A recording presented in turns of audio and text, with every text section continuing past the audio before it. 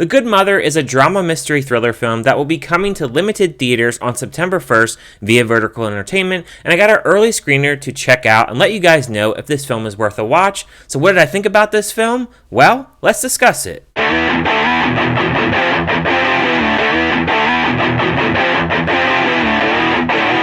The Good Mother is about a journalist who, after the murder of her estranged son, forms an unlikely alliance with his pregnant girlfriend to track down those responsible for his death. Together they confront a world of drugs and corruption. The film stars Olivia Cooke, Hilary Swank, Jack Reynor, Hopper Penn, Norm Lewis, and many others, and was directed by Joris-Peyrafitte, and he's done one other film that I've seen called Dreamland. The Good Mother is a film that I really hadn't heard about. I got sent this screener and I saw that Hilary Swank was in the film. And I was like, I'm on board. I'll check it out. It seems like a pretty decent premise from reading the premise. I didn't watch a trailer going into this, so I was pretty fresh going into this film. And what can I say that I ultimately liked about The Good Mother? It's also known as Mother's Milk as well. I'm not sure if they just changed the title or what the heck was going on with that. But the film is actually called The Good Mother, and I've seen it also being advertised as Mother's Milk as well, so you may see that name pop up as well. Hilary Swank, she plays a character named Marissa. Her son Michael has just been killed, and she also is taking some time off her job. She works at a newspaper as a writer, and she's having a tough time really adjusting to a lot of different things that are going on in her life, and she has a massive amount of depression going on in her life. We learned that her ex-husband was actually a police officer as well, and he also died in the line of duty. And then we have her son's ex-girlfriend named Paige. She is apparently a druggie and she hates her, and she is actually pregnant with his baby. She's going to these meetings where other people, they've experienced similar situations within their families. She's also trying to form a bond with Paige because she hasn't liked her most of her life. And the fact that she is a druggie, she blames her for her son's addiction and doing all these different things that he normally wouldn't do. And throughout the film, she's drinking, she's smoking, but not really actually smoking because she takes a cigarette and doesn't actually light it. So obviously she's trying to quit doing cigarettes, but she still puts them in her mouth. We see her go through these challenges and really just be at a loss because she really just doesn't know what happened to her son. And then meanwhile, her other son is on the trail to try to figure out and track down who actually is responsible for her son's death. The way that I can describe The Good Mother in its pacing and the way that it is structured. This is not your typical drama mystery thriller. It doesn't have a lot of action. It's not a bang bang shoot 'em up kind of film whatsoever. It's very atmospheric in the way that it handles its pacing. I can tell with the way that it's shot, because it's shot in New York. I can tell that it may be actually towards the fall or winter. The way that they were trying to build the atmosphere of this film, it can come off kind of dry, and I think for some people, when they're watching a mystery film like this, some people could easily get bored with a film like this because it doesn't have a lot of action or gun shootings. There are certain scenes where certain things are revealed, and there are other scenes where there's some shocking deaths within scenes. But I don't know if it really will be a film where certain people will look at this film and be like, well, that was really great. And I felt like after watching this film, I feel like there's elements within the film that makes it intriguing. And I think there's characters here that actually are being developed, especially the mom, for instance. We also have Jack Reynor, who plays her son. I've seen him in Midsummer, so that was really cool to see him on screen again.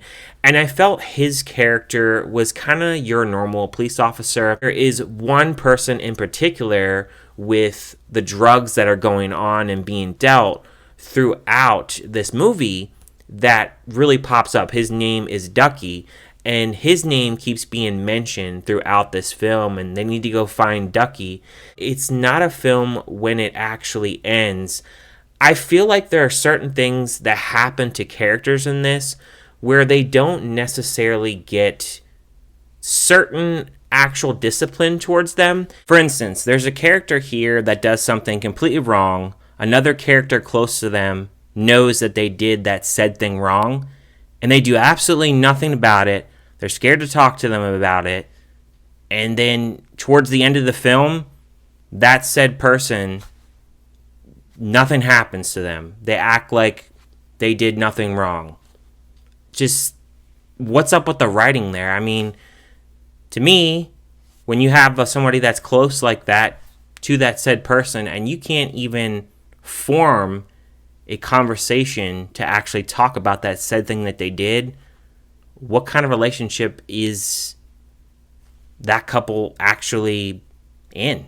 What are they doing? And I didn't like that writing about the film. The third act of this film really suffered in the way that it was trying to wrap up the film. I felt like the reveal was kind of dull, and I feel like it didn't really have a lot of emphasis on the story as a whole. Like, there's one certain big thing that happens within the third act where I was like, okay, what's going to happen next? Who's going to suffer the consequences? And you just keep waiting and waiting and waiting. And then when the reveal is actually presented, you're like, man, that was kind of disappointing. And that's kind of how I felt how this film was. I feel like it built its atmosphere. It was building certain characters. It is a quiet movie. I will say there is a little bit of music here and there, a little bit of score. It's very soft, indie-ish kind of music, which carries the mood of the film. If you are really in a sad mood, I don't think this is a film that you should watch, because it isn't an uplifting film in the slightest, and the way that everything is kind of unraveling in a negative way. This isn't a film that has a lot of happy moments. There's a lot of sorrow and grief, and there's a little bit of life within it. And what I mean by life is the fact that you have a baby being born, and you also have Jack Reynor's character. Him and his wife are trying to have a baby as well. So you have that life aspect that it is trying to incorporate within the film.